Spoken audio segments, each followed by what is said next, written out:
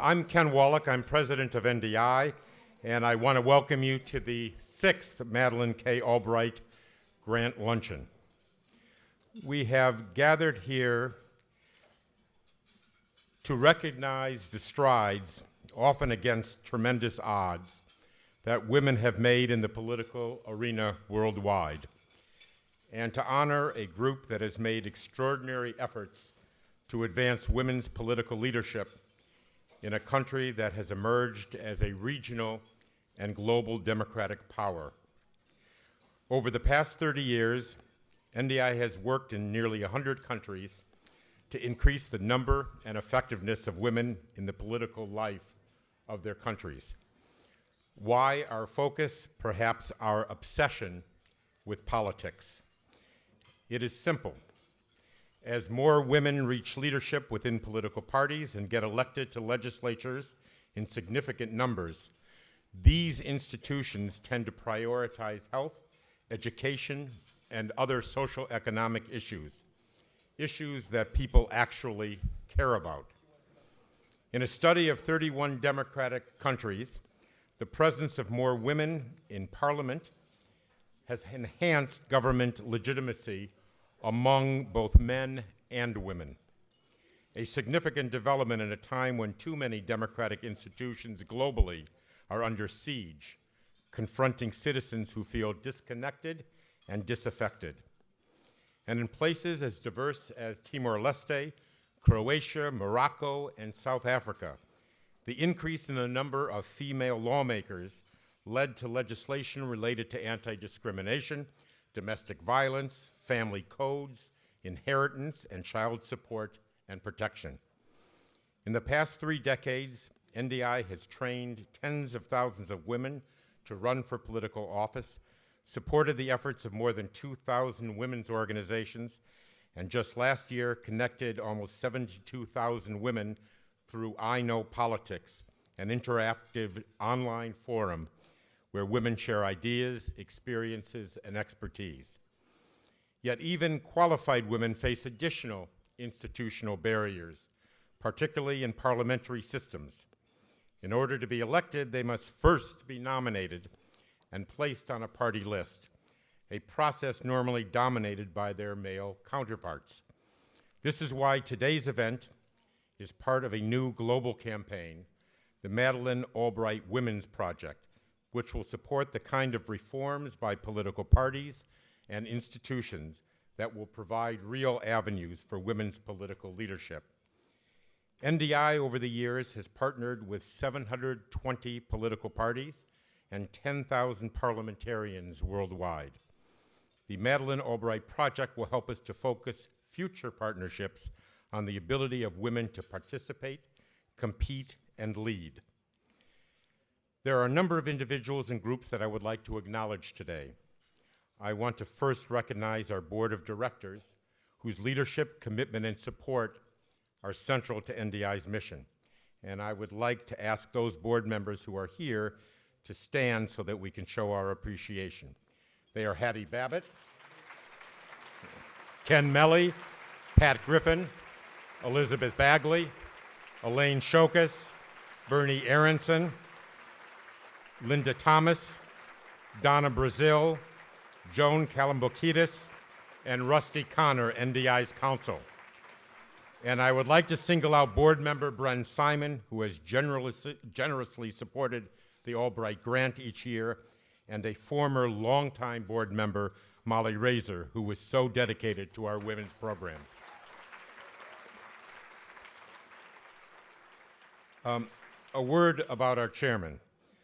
Madeleine Albright was the Institute's founding vice chair 30 years ago. She returned as chairman in 2001 and has expanded the reach and enhanced the standing of NDI in so many ways. We owe much to her leadership and her active engagement. With us also are board members and staff of the National Endowment for Democracy and our 3 affiliated institutes, IRI, the Solidarity Center, and SIPE. We are all proud members of the endowment family. We are pleased that officials from the State Department and USAID are joining us.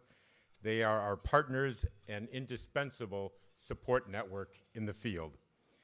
And I would also like to recognize NDI Vice President Sherry Bryan, who provides day-to-day leadership of the organization.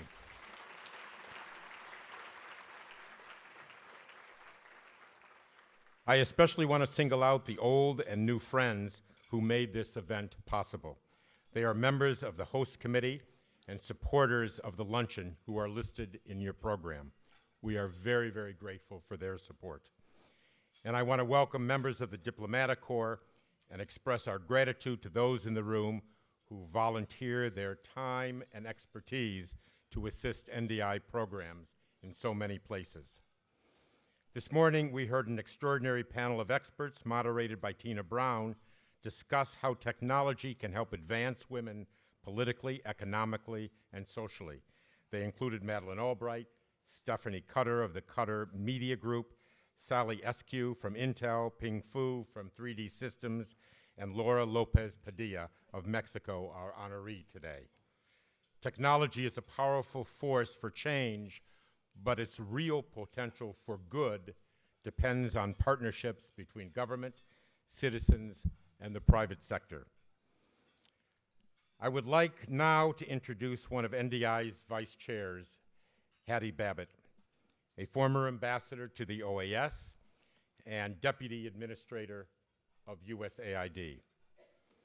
Mexico has always played an important role in her life, and Hattie prodded, cajoled, and sometimes bludgeoned NDI until we finally began to heed her calls to support Mexican political reform. That was more than 20 years ago, when Mexico was not in a particularly welcoming mood for international engagement, particularly from a large neighbor to the north. Hattie, however, understood the early signs of political change that were taking place, both within the ruling party and the opposition, and in civil society. Done the right way, she argued, even US groups could contribute in positive ways. As always, she was right, early, and often. It is my great pleasure to present Ambassador Hattie Babbitt. That was very sweet, thank you. Thanks, Ken. It's an honor to be here to celebrate the Madeleine K. Albright Grant. I've been involved with NDI's work. Ken has now told you that I've been involved for 20 years, so how old am I, huh? I've been involved with NDI's work around the globe for many, many years and know of no other organization so dedicated to increasing women's ability to participate, compete, and lead in politics, and know of no better representative for that effort than Secretary Albright. We're here today because NDI is honoring an amazing group of women from Mexico. The Network of Support for Women Municipal Leaders, or REAMM, works closely with women and political parties throughout Mexico to make women equal partners in local and national politics. Mexico is a rapidly emerging global democratic and economic power. The country's made enormous progress recently, passing labor and education and telecom reform.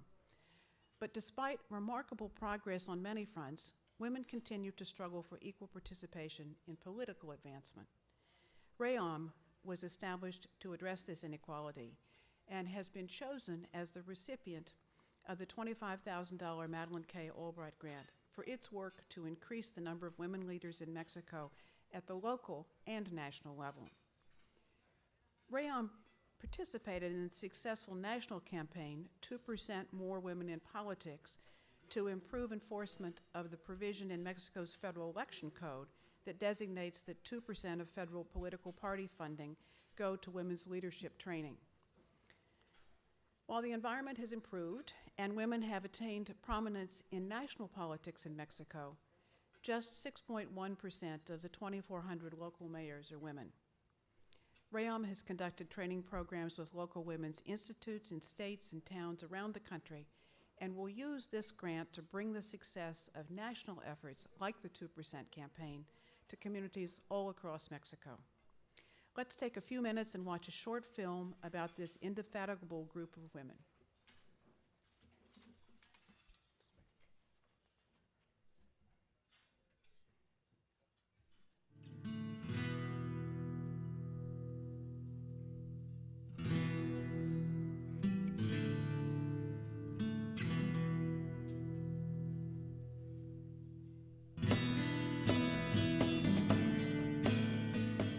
Despite continuing challenges, Mexico has made great strides towards increasing women's political participation. Women from different sectors and states who have come together across party lines to advocate for women's representation have made significant advances on the national political stage. One group that has already had a big impact on Mexican women is REAMM, the Network of Support for Women Municipal Leaders. REAMM, a civil association created in 2009, works with political parties and government institutes across the country to support women's leadership at the local level. Surgimos como asociación para trabajar fundamentalmente con las mujeres en todos los ámbitos de gobierno, pero principalmente las mujeres en los municipios, y en los cuales hemos detectado que hay muchas carencias de formación, muchas carencias de capacitación, y en donde nuestra labor es darles esas herramientas para que puedan desarrollarse como mujeres, pero también en el quehacer social. Until recently, opportunities for political training for future women leaders were scarce. However, recent changes to Mexican law set aside funds to help train women for leadership roles. In the last decades, Mexico has been improving its legal framework in order to increase and guarantee women's political participation at the national level. The political parties now should dedicate at least 2% of their financial resources to train, promote, and develop women's political leadership. But while these changes to Mexico's electoral laws were an important accomplishment, putting the laws into practice has been a challenge. Some parties paid fines rather than put the required number of women on their candidate list. Some women once elected quit their political post in order to seat them to a male candidate. And many parties simply ignored the spirit of the 2% law. El 2% llega, sus primeros momentos del 2% fueron desastrosos. Se gastaron en escobas, en fumigación, en gorras, en mandiles. To help improve enforcement of the 2% law, REAMM and other women leaders formed a coalition called 2% and More Women in Politics. With support from NDI, the group developed a message to educate the public about the misuse of the funds and the coalition's proposed reforms. They signed a media strategy, created a social media presence, and circulated an online petition calling on Mexico's Election Commission to pass reforms. The sought-after changes set clear guidelines for how parties could spend their training funds and required them to submit a plan every year for how to spend the money. The reforms were unanimously approved in July 2011, and the next year's election saw historic gains for women, with a 5.4% increase in Congress. This success has empowered and inspired more women to pursue political leadership and run for office. El 2% es una gran oportunidad que no habíamos tenido las mujeres. Así que no solamente mi participación en el movimiento del 2%, sino la fortuna de ser dirigente de las mujeres del PRI me ha permitido constatar que el 2% vale la pena. While Mexico's women have made impressive progress at the national level, they still struggle to participate in state and local politics. Only 6.1% of Mexico's municipal presidents are women, and women face major political, social, and cultural barriers. To help bring the national successes to states and communities, NDI and its partners, including REAMM, are advocating for similar regulations to ensure opportunities for women at the state level. REAMM will use the 2013 Madeleine K. Albright Grant to carry the baton forward, supporting other groups working to advocate for women's participation at the local level and providing much-needed training workshops for future women leaders. Estos talleres y sobre todo a todas las actividades que hemos tenido en este diplomado, pues sensibiliza, pero además profundiza en el análisis y en la reflexión de los temas cruciales sobre pues la gran meta, ¿no? As Mexico continues to strive for equality in local and national government, organizations like REAMM will go on pushing political leaders to make sure that women and men have the same opportunities and that women are empowered to lead.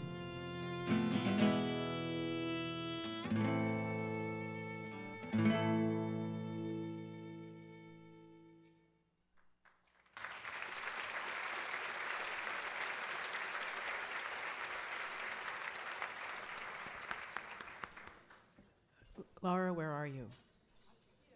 Oh, good. Come on up. I thought I was going to have to go find you.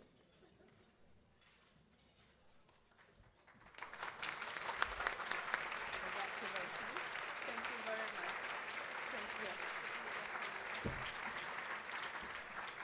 Thank you. Ladies and gentlemen, you have just welcomed Laura Ines Lopez Padilla, the president of REAMM.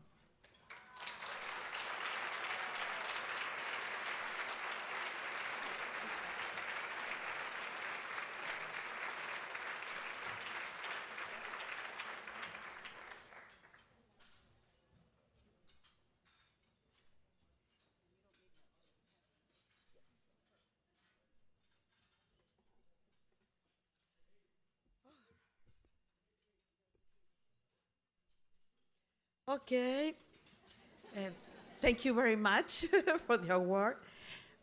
Well, good afternoon.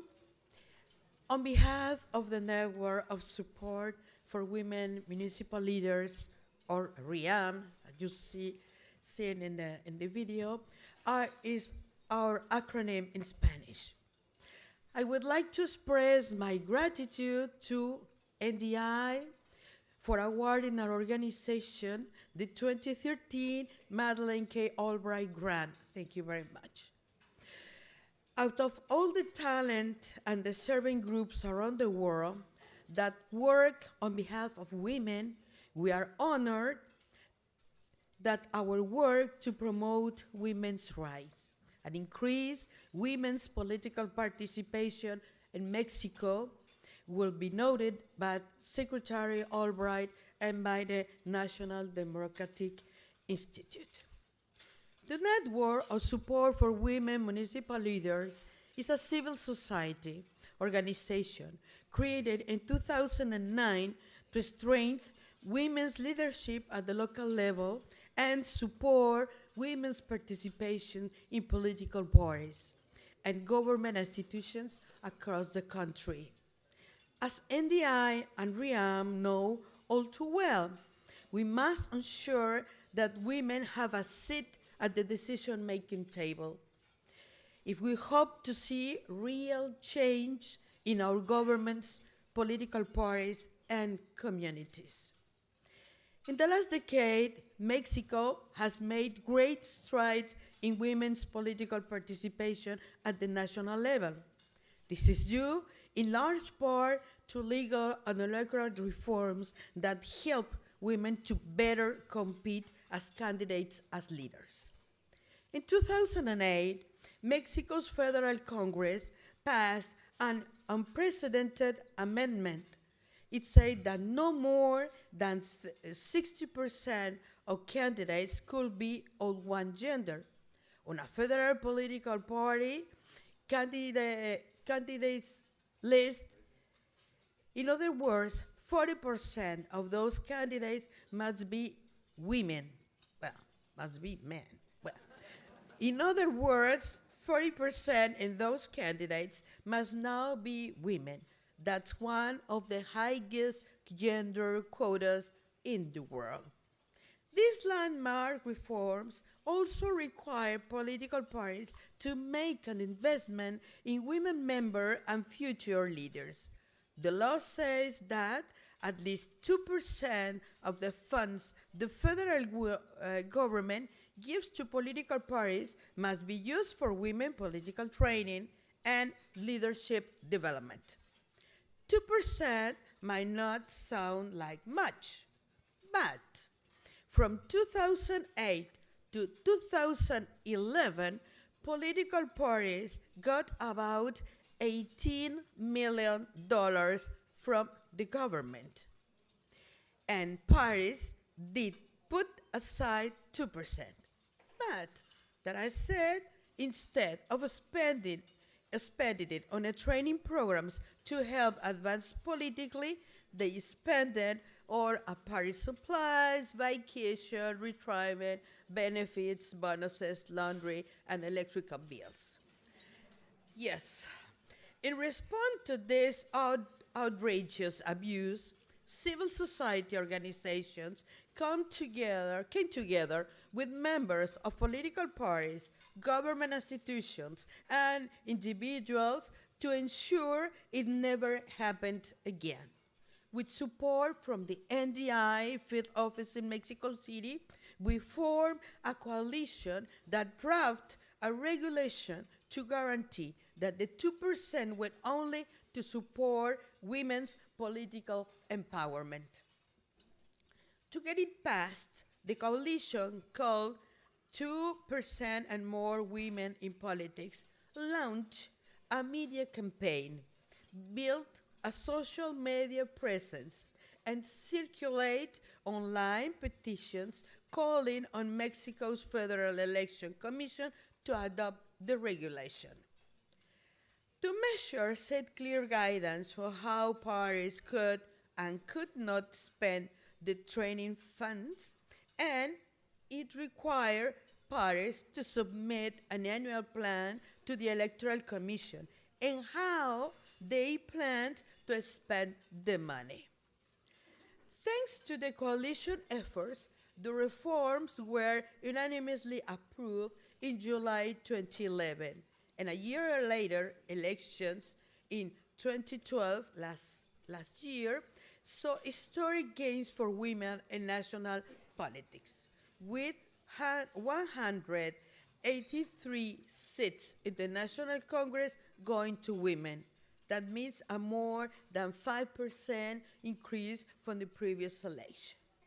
But our work is hardly done.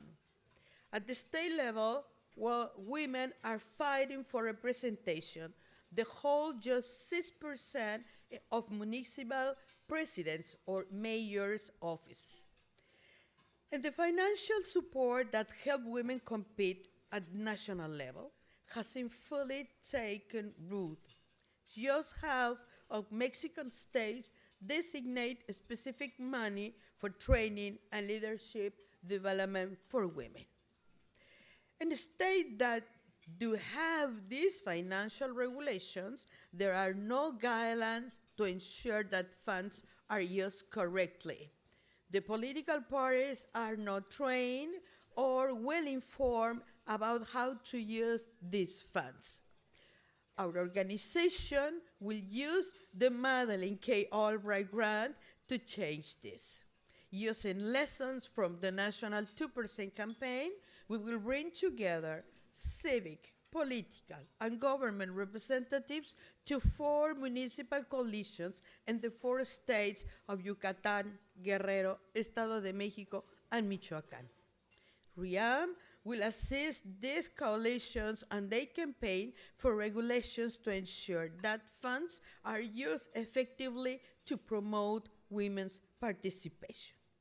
With this project, REAMM hopes that the progress made at national level can be duplicated at local level, supporting women as they claim the seats they deserve at the tables where decisions are made.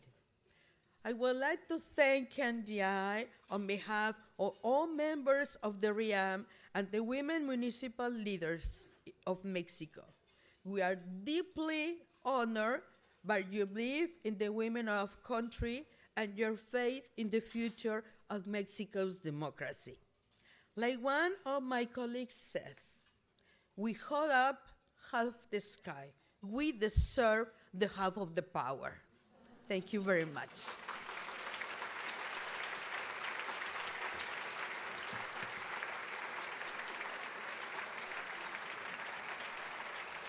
Ladies and gentlemen, as an NDI board member and staunch supporter of the Institute's work with women around the world, I am thrilled to have the opportunity to introduce the chairman of NDI, former Secretary of State Madeleine Albright. Madeleine broke the glass ceiling at the U.S. Department of State many years ago, and she has gone on to be a global ambassador of women's empowerment around the world. Through the Madeleine Albright Grant, she encourages women to challenge the status quo, to step into politics, and to become one of the many women who are struggling to become leaders in their own government. I don't know anyone more dedicated to championing the rights of women and the role of women in politics. As she often says, success without democracy is improbable. Democracy without women is impossible. It is my great honor to introduce my good friend and chairman of NDI, former Secretary of State Madeleine Albright.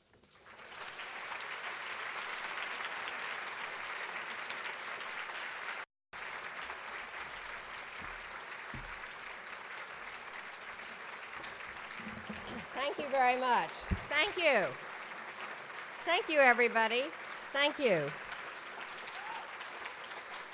Thank you. Thank you so much. Thank you very much. Thank you. Thanks. Thank you. Okay. Thank you, everybody, and it's wonderful to be here. Thank you very much for your very kind reception. Each January, normal people mark their calendars with anniversaries and birthdays. I highlight the date of NDI's annual lunch. And why not? The cause we celebrate each year has never been more important. The stories that we share are inspiring, and we're surrounded by friends, both old and new. And this lunch gives us a chance to say thank you. And I will begin by expressing my gratitude to Bren Simon for not only her kind words, but for her amazing leadership within NDI. Bren, you really are a fantastic NDI board member and a very, very treasured friend to me. I enjoy our friendship more than I can tell you, and I thank you very, very much for everything that you do.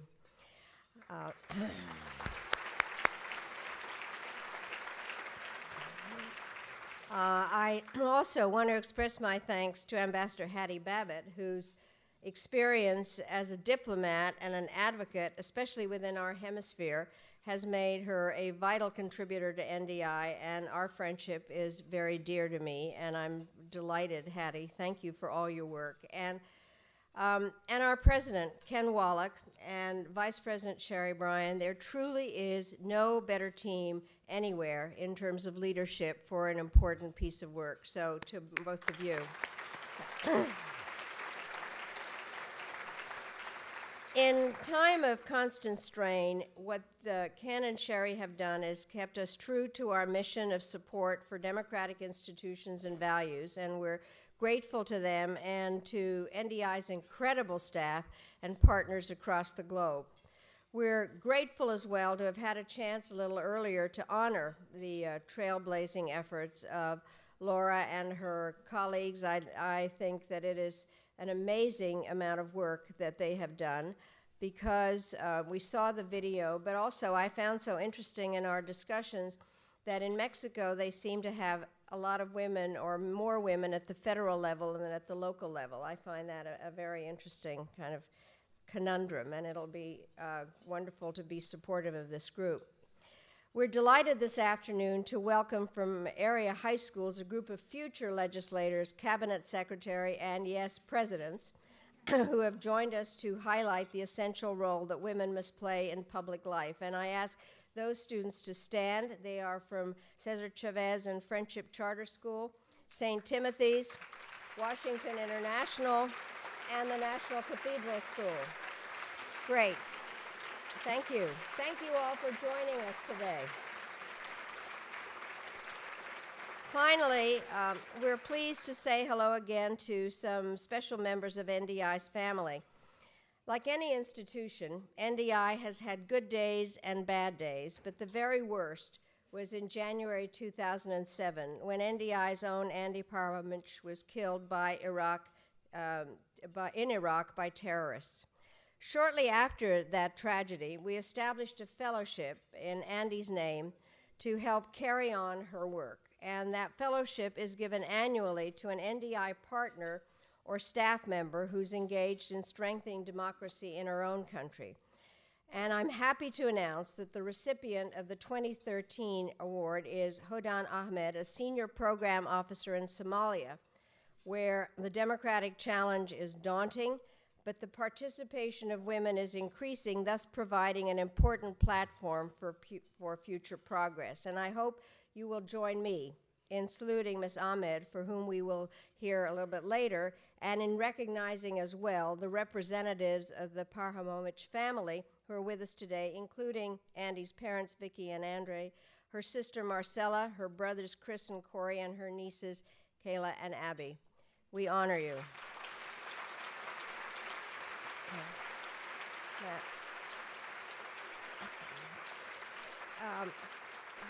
This afternoon as we meet, the principles to which NDI is dedicated are being tested. And in the words of E.J. Dionne, there is, across much of the democratic world, an impatience bordering on exhaustion with electoral systems and political classes. In the Middle East, newly elected leaders are struggling to clean up the mess left behind by autocratic regimes. Throughout Europe, the financial crisis continues to cause stress within democratic institutions. In Germany, when citizens were asked whether they could influence national policy by voting, the percentage saying yes was 0. Almost everywhere, new technology has made it simpler for the public to express anger, but no easier for governments to solve problems. This has caused some to proclaim that democracy is destined to fail, to which I can only respond with a diplomatic term of art: balderdash. Or another one. Governing in a wireless world is hard, but popular discontent is as much an issue in centralized China and autocratic Russia as it is in Italy or Greece. And if democracy is dying, what is it that initially gave life to those Arab revolutions?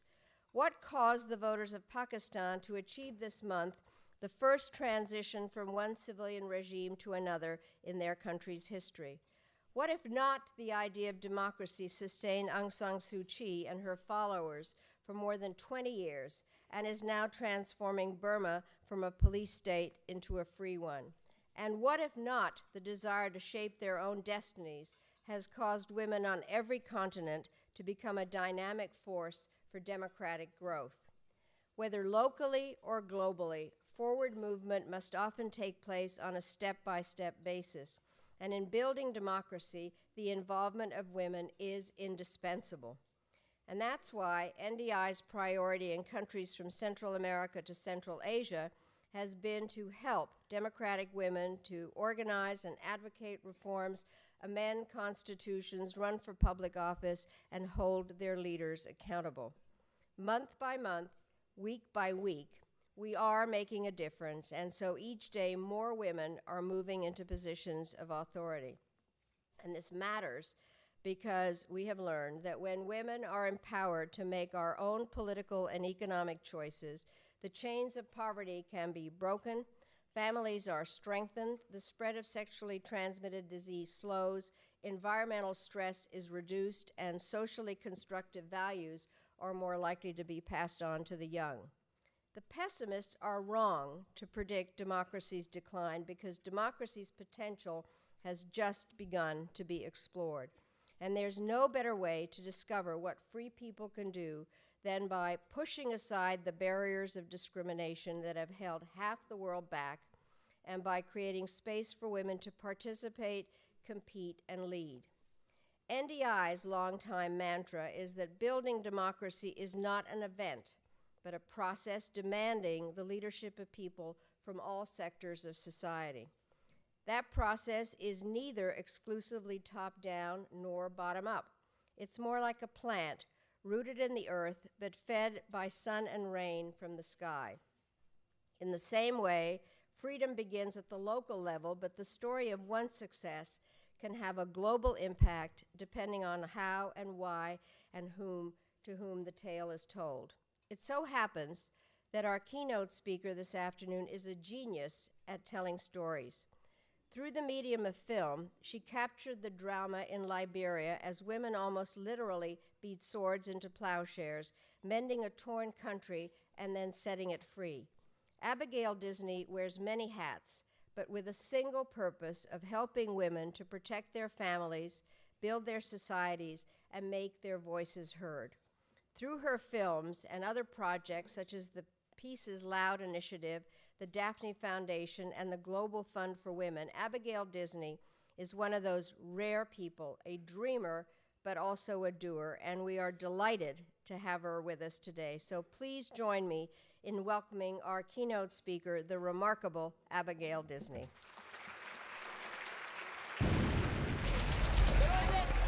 We live in fear.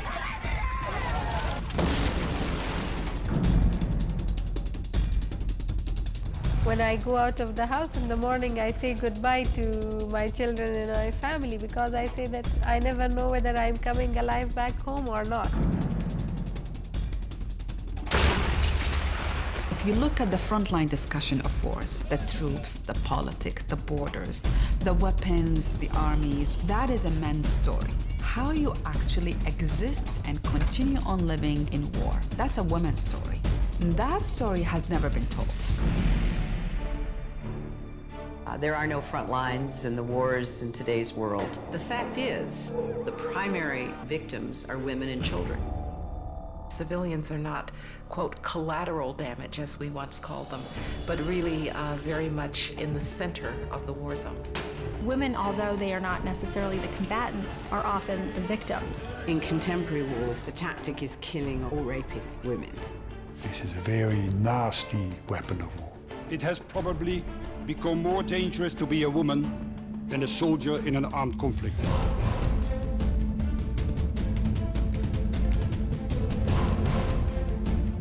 The work of Afghan women will be essential to this country's success. We will struggle. We cannot do anything alone. The world have to support us in this. This is not the first case where rape has been charged as a war crime, but it is the first case where rape has been charged as a crime against humanity. What we've done here today is to send out a signal to the world that we, the Liberian women in Ghana, we are tired of fighting the killing of our people. If I should get killed, just remember me that I was fighting for peace. Ultimately, it's going to take reconciliation among people in order to get societies that function and that women are treated with respect. That is what this century is going to be about.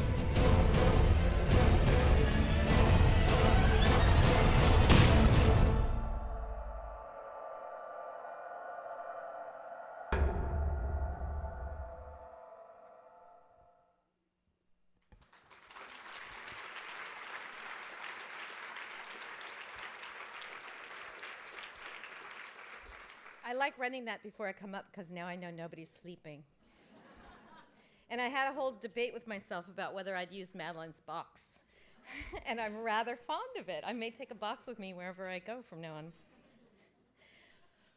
So, we inhabit a peculiar and yet very promising moment in history, because never before have the world's traditional divisions, things like borders and religions and regions and languages and even oceans and distances, never before have those divisions been as irrelevant as they are today.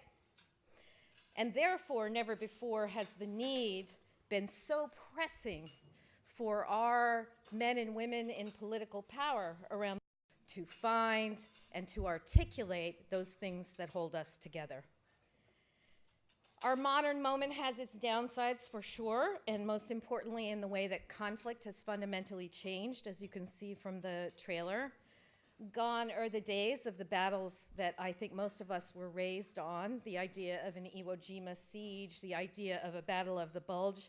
These things are past. But our generation has been raised on images of what war looks like, and our generation may in fact act on those images as voters, as politicians, as activists, and so forth, but the images serve us so poorly in the modern world. They inhibit our capacity to strategize well. They lure us into conflicts that we really shouldn't be taking on. And they exercise a power of romantic attraction for our young men and women, and let's face it, mostly young men, that is nearly impossible for them to resist. And in all these ways, these antiquated images of war suck us irretrievably into mistake after bloody mistake.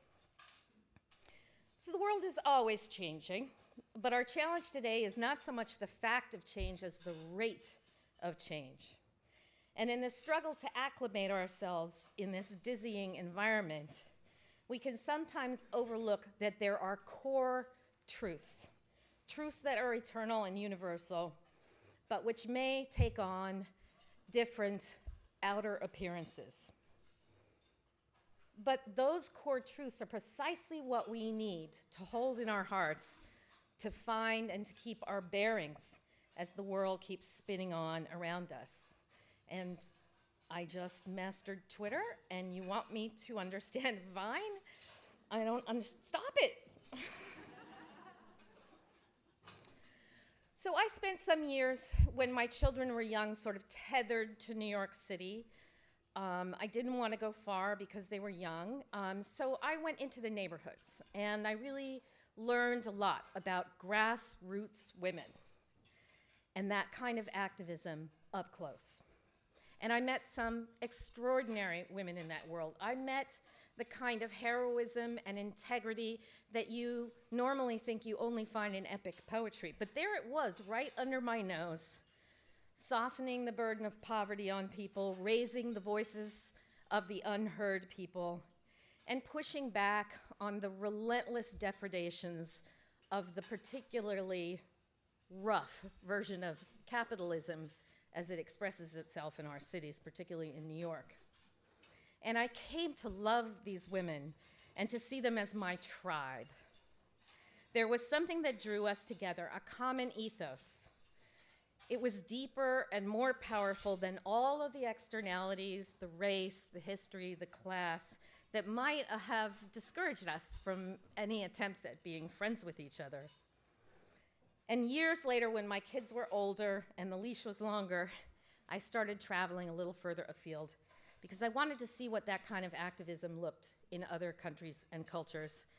And what I was stunned to learn was that it looked and it sounded and it acted exactly the same.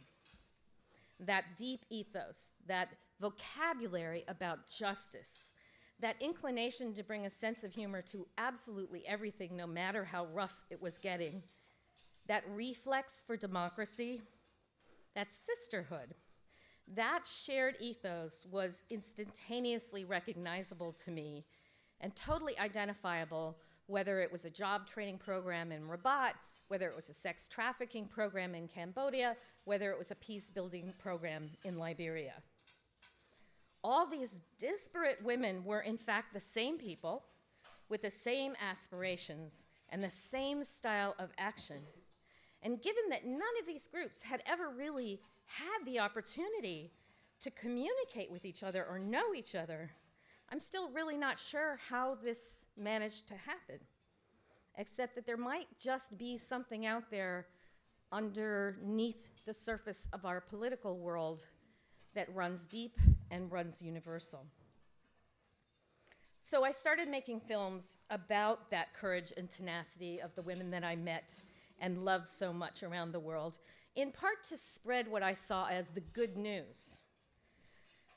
I mean, when I started my process in my 20s, I was a bit of a lost lamb in New York City. I was looking for my purpose. I was trying to figure out what was my highest calling on the planet, and I couldn't find it.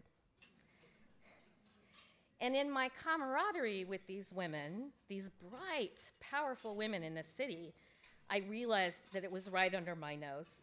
And it was not only a great way to make social change, but a way to find a deep kind of peace and happiness in my heart, a purpose of my own. And that was the good news that I wanted to spread, that if you take yourself outside of your normal circumstances, your comfort zone, if you leave the familiar behind, if you open your heart to the possibility that no matter how well educated you are, you don't have a clue what it's like to live as most of the rest of the world lives. And if you have the humility to roll up your sleeves and just simply be useful and listen, you will find your marching orders for a life of meaning, alongside some of the best people on earth. So in making films, I've seen myself partly as a provider of information that hasn't gotten out to the rest of the world, and partly as a rabble-rouser, presenting sort of alternative ideas about how to organize and be politically effective, and partly, and this is hard for me to say because I can hear my father laughing from heaven, an artist expressing herself. But mixed in with all of these motives was also a desire to share what I saw as the best kept and most powerful secret in the world. So what has all this got to do with technology and women? We're here to talk about technology and women. And I say everything. It's technology, after all, that's driving this rate of change that we have to get used to. And it's through technology that we've been able to reach and spread the word about women's capacities and organizing so much further than I ever had a right to hope to do. When you make your first film at 47 and anybody but your mother goes to see it, that's a miracle. So what's been so interesting to me about the film and the weird life that it's had is that it has lived universally. So our very first screening, as odd and random as this sound, was in Srebrenica, which is in Bosnia, where there was a horrific massacre. The women asked us to come. And so 3 months before the Tribeca Film Festival, I sat in the town hall of Srebrenica with a half Muslim and half Serbian audience. And we watched Pray the Devil Back to Hell together. And I thought I would encounter resistance. I thought those women would say, oh, they're African, it has nothing to do with me, or that's somewhere else, or we're not like them. There was a shred of a second of that. They didn't spend any time on that. And that was really important. And instead of feeling distanced by the film or distracted by the differences, they saw themselves in the Liberian women. And in screening after screening, I took the film myself to 32 countries. It's shown in over 60. It went exactly the same way, regardless of the external differences between the women in the audience and the women in the film. Now, film may be an old medium to talk about as a technology, but it is a technology after all. And we get so excited about the shiny new stuff as it comes along that we forget that right under our noses, there are some very powerful tools. So try not to get too TED on me and turn the new into a kind of fetish. I have a friend who tweeted, "I want to hug you with my robot arms." If what you want is to reach people as powerfully as you possibly can, you have to choose the medium that is best suited to your message. And film is just like a lot of other media. It has the capacity to unite or divide people. It can make people feel their power, or it can make them feel despair. It can incite hatred, or it can inspire love. And so it's both a dangerous and a potentially incredibly healing mechanism that we need to take very seriously as we move further into the next century. In 2011, my partners and I created the 5-part series for PBS, Women, War, and Peace, partly to push back on this persistent cultural tendency to think of war as just a man's game. It's a tendency, I think, that dulls our real grasp of the real cost of war around the world. Now, PBS may seem like a gray old lady to you, and certainly we were wooed by places like HBO, but let me tell you why we went to PBS with this series. HBO gets higher numbers, but you know what? HBO doesn't reach anybody who can't afford premium cable. PBS is a pipeline into every living room in America. And if you have the wherewithal, if you have the guts, if you have the work ethic, the eyeballs are there for you for the taking. And that's what we did. We drove our own viewership. Now, we started this project in late 2008, which could not have been a worse thing. The market was tanking, and we were looking to raise $4.5 million,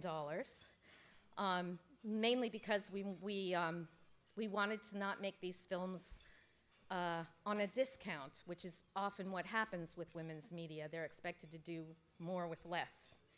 And we did raise that money, but what it did mean was we didn't have anybody there for us when we were finished with the films for what you would call a traditional advertising budget.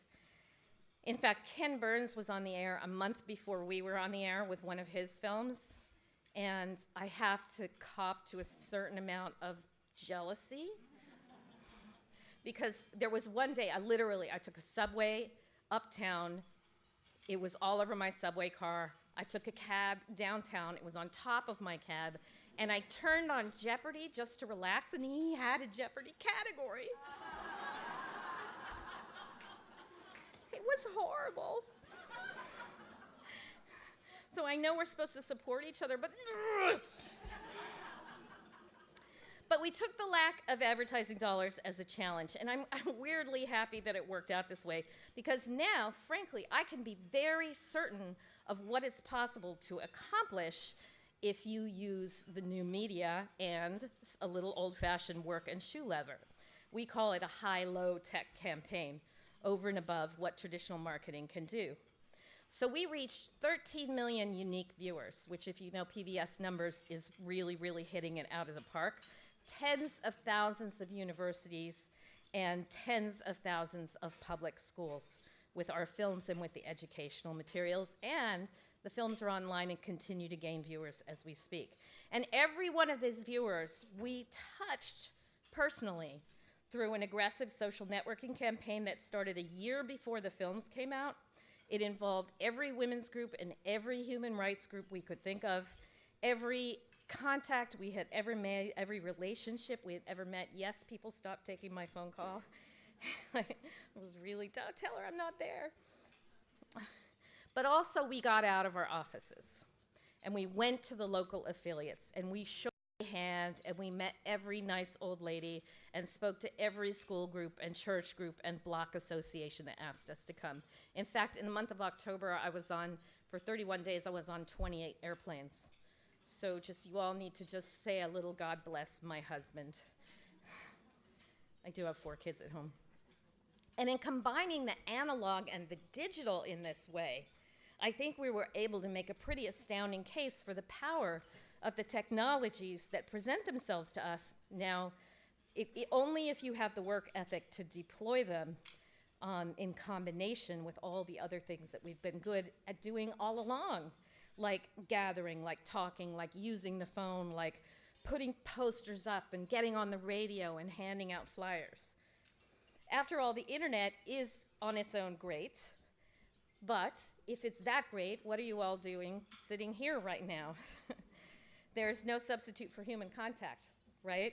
We need it like we need oxygen, and deployed as a complement to a high technology campaign, and Tina Brown does this very well with Women in the World, it can be an incredibly powerful means of getting a message out. Uh-oh, they gave me things in the wrong order, I'm sorry. Oh, they skipped a page, how nice. So I don't know if any of you saw me get up from my chair and sprint that way, but I was looking at my speech and I realized they'd left 5 pages off. They printed it at the front desk. So I'm here without page 12, but I think I remember it pretty well. So the question is, this is an amazing moment we stand on, but what exactly is this moment we're at? Women have done a number of things incredibly well for thousands of years. They have talked, they have gathered, they have organized, they have created political campaigns, and they have carried, in many cases, the weight of the cultures on their shoulders. They have developed that ethos I was telling you about later, somehow without ever communicating with each other, somehow without any capacity. So the question is, if we could do all that before this technology, what could we do now, today, with this new technology? Because the fact is, the internet organizes itself laterally, and so do women. Women don't just create networks, they create networks of networks. Women gather, women remember old friendships, and they don't necessarily run them through a utility frame to decide whether or not they count. You know, women synthesize, they don't think in silos, they think holistically, they remember people, they connect, and you know what? They talk and they talk and they talk. No group of people has ever been more suited to the current technological changes than women. And putting these things together, imagine how it changes everything. Imagine how, for instance, political systems can be held accountable in ways they never have before. Imagine if they could share information with each other. Imagine if they could join their networks together into coherent movements. So this is our moment. But the fact that the potential is there in no way guarantees that we'll benefit from its promise. People blow things, right? If we apologize for ourselves or indulge our tendency to be territorial, to be unkind to each other, to be ungenerous with each other, girls, tell the truth. That is all true. We will blow it. If we continue to shy away from careers in the STEM fields, we will not be able to build the technologies we need and command the power over these technologies that we need, and we will blow it. If we continue to hold ourselves back out of seeming too powerful to be attractive, we will blow this. So, men, I love you. Thank you for coming. Girls, this is for you. I say this with all my heart. Support each other. That means when a woman directs a film, you go to the film, and then you don't hold it to a higher standard than you hold the film that the man made. Right?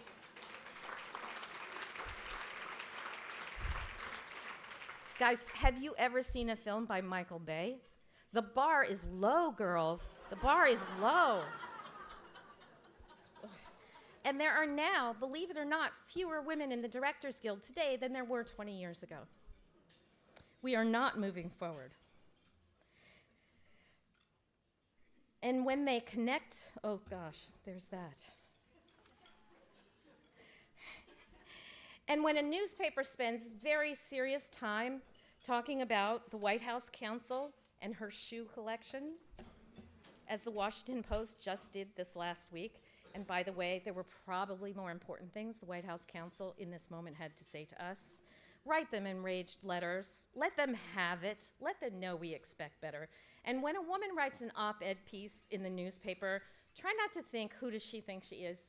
Because I guarantee you she's already thinking that, and she does not need your encouragement.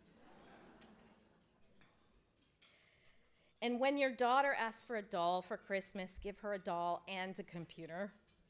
And when your son asks for a computer for Christmas, give him a computer and a doll.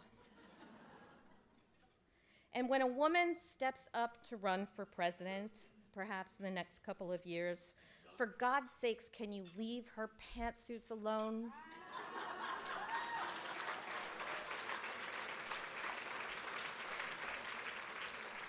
I don't know, Maureen Dowd, if you're out there, but shut it down, girlfriend. We need to demand better of our media and our pundits. Can you please make sure that what we talk about is what she's talking about and not what she's wearing? Let's do it differently this time. And you know, maybe if we do it differently, we'll finally shift the paradigm that's been needing shifting all this time. So I get the great honor of introducing you to the kind of woman that I've just been talking about, those amazing, courageous women that I met in neighborhoods and then went out and met around the world. But naturally, the type size decreased, so I gotta do this, because I'm a girl of a certain age. So I've had the privilege of introducing a lot of really incredible women, and I hear their incredible, inspiring stories. And now we get to meet an amazing woman. I just met her earlier, and honestly, I can so quickly tell at this point whether I'm talking to a fellow traveler or not, and she is a fellow traveler. Hodan Ahmed is an NDI staff person from Somalia whose personal journey mirrors that of her country from conflict to peace and development to democracy. She represents many of the NDI family around the world who work every day to make their communities better, their governments stronger, and to ensure that women's voices are heard. Hold on. Thank you, Abigail, for that thoughtful introduction. As Abigail said, my name is Hodan Ahmed, and I come from Somalia. I left my country at a very young age, but not by choice. I was forced by the civil war that happened in Somalia. I lived in India a decade following that, where I did most of my studies and graduated from university. And when I finished my education, I thought it was time for me to go back home and give back to my country so that my children can grow up as a proud Somalis, an opportunity that I personally did not have. Because as growing up, every time I would hear there was these fights going on in Somalia, and I was ashamed of the Somali leaders. So I wanted to change that. My first trip to Mogadishu in 2003, I was devastated by the level of destructions that Mogadishu, what was once the capital city of Somalia, that I remember the beautiful buildings and beaches, what has become of Mogadishu? Mogadishu has turned into a town of IDP camps. I could not believe that.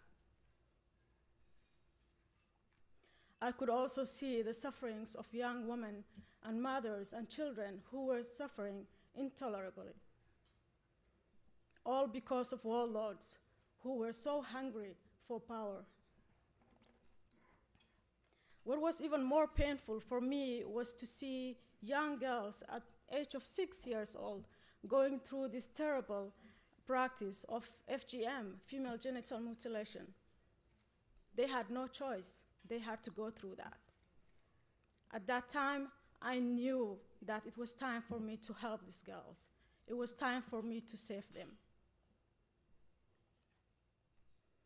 Unfortunately, it was not safe for me to live in Mogadishu at that time. So I settled in Nairobi, and I looked at opportunities to work with development organizations who focus on issues of FGM and HIV and AIDS. After working with several years with these organizations and working on these issues, and creating awareness among the communities to stop this cruel FGM, things were not working. Things were not improving. And I was like, what is missing here? We are putting a lot of efforts and a lot of resources to create awareness. We wanted to stop the practice of FGM. What is not working? There was a gap between the grassroots efforts to deal with these issues and national laws and policies that were not responding to the problem. And I realized that no matter what we did, no matter how many awareness we created, no matter how many people we reached, you can't make a long-term improvement to the people's lives without having politicians and political institutions make those issues priority. And so I again looked for opportunities, and I sat and I said, how can I get access to these politicians? What women in the parliament were doing? I was angry at that time. I wanted to find out what were women in the parliament doing to stop this practice. So I joined NDI in 2010, hoping that working with politicians, and especially with women in the parliament, would help improve the daily lives of all Somalis, especially for those women and children.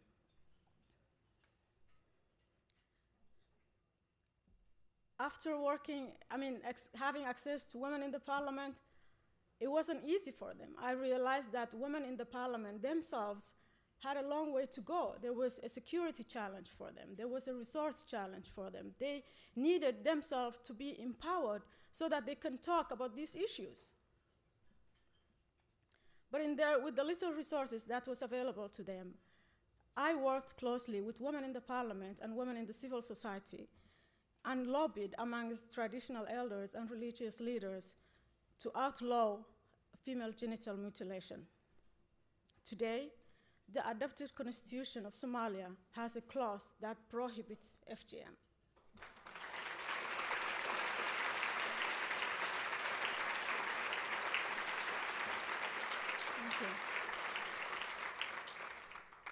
this was such a remarkable victory for me personally. But I also know that it's not time for me yet to rest. I have a long way to go. And Somalia has a new government in place now, and I believe that there are many opportunities to address these issues. So let me take you back a little bit on NDI's work in Somalia. NDI started working in Somalia in 2005. At that time, NDI was one of the few organizations who worked on the issues on governance sector and supported government and public institutions in Somalia. NDI's first goal was to empower women in the parliament and help them get involved in peace and reconciliation process of the country. But it was difficult to find financial support. Multilateral donors were not yet invested in Somalia, and NDI had to rely on small fundings from National Endowment for Democracy and private donors so that we could begin with our work with women.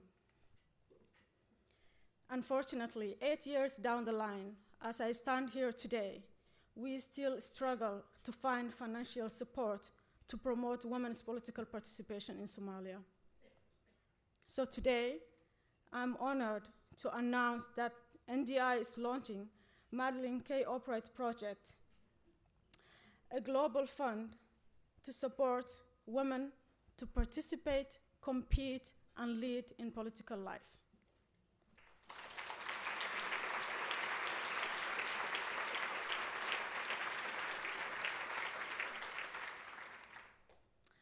As Secretary Albright says very often, there will never be a progress on issues like FGM, HIV and AIDS, education for young girls, and economic empowerment unless women are empowered and increase their numbers in the halls of the parliament and corridors of power. But to make that happen, we need your support and we need your help. The Madeleine Albright Project is the way you can get involved today in NDI's work and help women to determine their own future, the future of their families, and the future of their country. Before I close my remarks, I would like to recognize my family who are scattered around the world, who are following me, some of them now. They are in the US, they are in the UK, in Kenya, in Somalia, around the world, name it. And I want to tell them that inshallah very soon we will all unite and live in peaceful Somalia again.